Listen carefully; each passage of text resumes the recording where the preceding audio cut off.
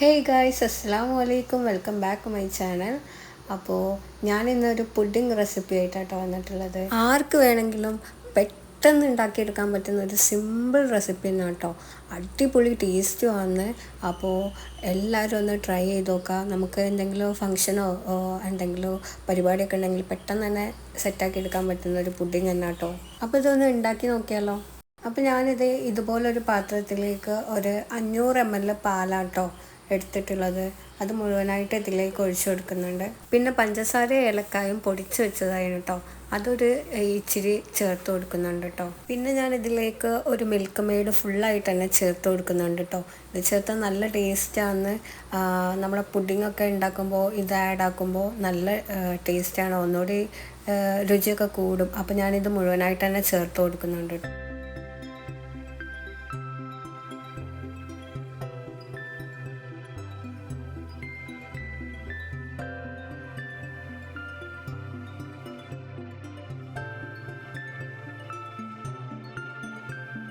ഇനി ഇത് നമുക്ക് ഗ്യാസ് സ്റ്റൗവിൽ വെച്ചിട്ടൊന്ന് തിളപ്പിച്ചെടുക്കാം. നമ്മൾ മിൽക്ക് മെയ്ഡൊക്കെ ചേർത്ത് കൊടുത്തിട്ട് മിക്സ് ആക്കിയിട്ടില്ലായിരുന്നു കേട്ടോ. അപ്പോൾ ഇത് നന്നായിട്ടൊന്ന് മിക്സാക്കി നന്നായിട്ട് ഇളക്കിയിട്ട് വേണം നമ്മളിത് തിളപ്പിച്ചെടുക്കാനായിട്ട്, അല്ലെങ്കിൽ അടിയിൽ കട്ട പിടിച്ചെടുക്കും. അപ്പോൾ ഇത് മിക്സാക്കിയിട്ടുണ്ട്. ഇതിലേക്ക് നമുക്ക് ഇതുപോലത്തെ ഒരു കപ്പിന് ഞാൻ പാൽപ്പൊടി ചേർത്ത് കൊടുക്കുന്നുണ്ട് കേട്ടോ. അത് നിങ്ങളെ കയ്യിലുണ്ടെങ്കിൽ മാത്രം ചേർത്ത് കൊടുത്താൽ മതി. ഞാനിത് ചേർത്ത് കൊടുക്കുന്നത് ഒന്നുകൂടി ടേസ്റ്റ് ഉണ്ടാവും. അപ്പോൾ പാൽപ്പൊടി ചേർത്ത് കൊടുക്കുന്നുണ്ട്. വേറൊരു പാത്രത്തിലേക്ക് ഞാനിത് കാരമലൈസ് ചെയ്യാൻ വേണ്ടിയിട്ട് പഞ്ചസാര ഇട്ട് കൊടുക്കുന്നുണ്ട് കേട്ടോ. ഇത് ലോ ഫ്ലെയിമിൽ, വളരെ ലോ ഫ്ലെയിമിൽ വെച്ചിട്ടാട്ടോ ഞാൻ ഇതുപോലെ ഇങ്ങനെ കാരമലൈസ് ചെയ്തെടുക്കുന്നത്. കാരണം ഇതിനെ ഹൈ ഫ്ലെയിമൊക്കെ ആക്കിയിട്ടുണ്ടെങ്കിൽ പെട്ടെന്ന് കരിഞ്ഞു പോകാനും അതിൻ്റെ ടേസ്റ്റ് മാറാനൊക്കെ ചാൻസ് ഉണ്ട്. അപ്പോൾ ലോ ഫ്ലെയിമിൽ ഇട്ടിട്ടാട്ടോ ഞാൻ ഇതുപോലെ ഒന്ന് കാരമലൈസ് ചെയ്തെടുക്കുന്നത്. അപ്പോൾ ഇത് നല്ലൊരു ഷെയ്ഡ് തന്നെ, നല്ലൊരു കളറിൽ തന്നെ നമുക്ക് കിട്ടിയിട്ടുണ്ട് കേട്ടോ. ഇനി നമ്മൾ തിളപ്പിച്ച് വെച്ചിട്ടുള്ള ആ പാലിൻ്റെ മിക്സ് ഉണ്ടല്ലോ, അത് നമുക്ക് ഇതിലേക്ക് മുഴുവനായിട്ട് അങ്ങോട്ട് ഒഴിച്ചു കൊടുക്കാം.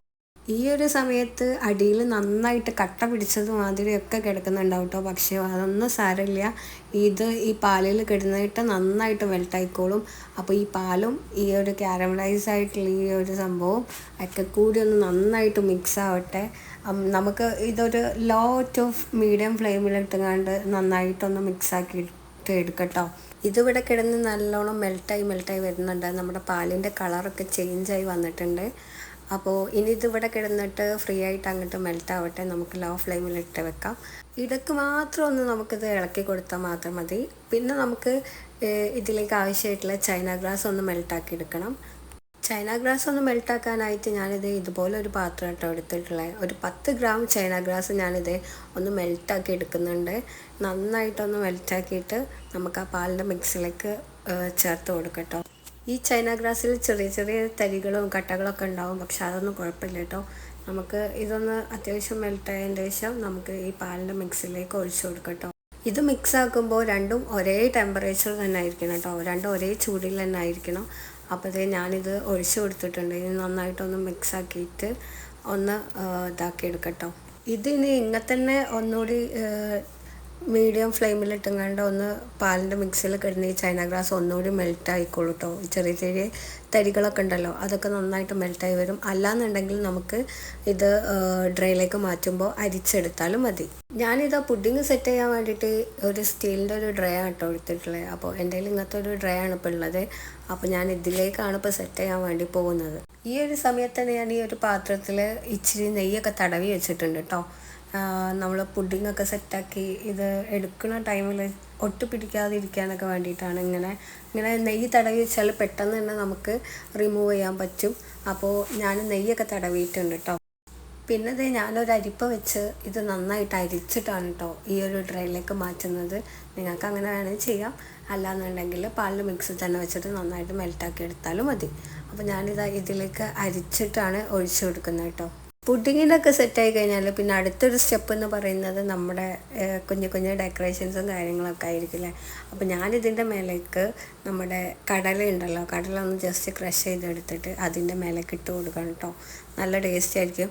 നിങ്ങളുടെ കയ്യിൽ കാഷ്യൂസോ ആൽമണ്ട്സോ എന്തെങ്കിലുമൊക്കെ ഉണ്ടെങ്കിൽ അതൊക്കെ ചേർത്ത് കൊടുക്കാം. ഫസ്റ്റ് ഞാൻ വിചാരിച്ചു കാഷ്യൂ ഇട്ട് കൊടുക്കാമെന്ന്, പിന്നെ ഞാൻ വിചാരിച്ചു ഈ പീനട്ട് ഉണ്ടാക്കാം. അങ്ങനെ വിചാരിച്ച് ഈ പീനട്ട് തന്നെ ഇട്ട് കൊടുത്തിട്ടുള്ളത്. കാണാനും ലുക്കുണ്ട്, കഴിക്കാനും ടേസ്റ്റ് ഉണ്ട്. ഇനി ഇതൊന്ന് ഓവർനൈറ്റ് ഞാൻ ഫ്രിഡ്ജിൽ വെച്ച് തണുപ്പിച്ചെടുക്കാൻ വേണ്ടി പോവാം.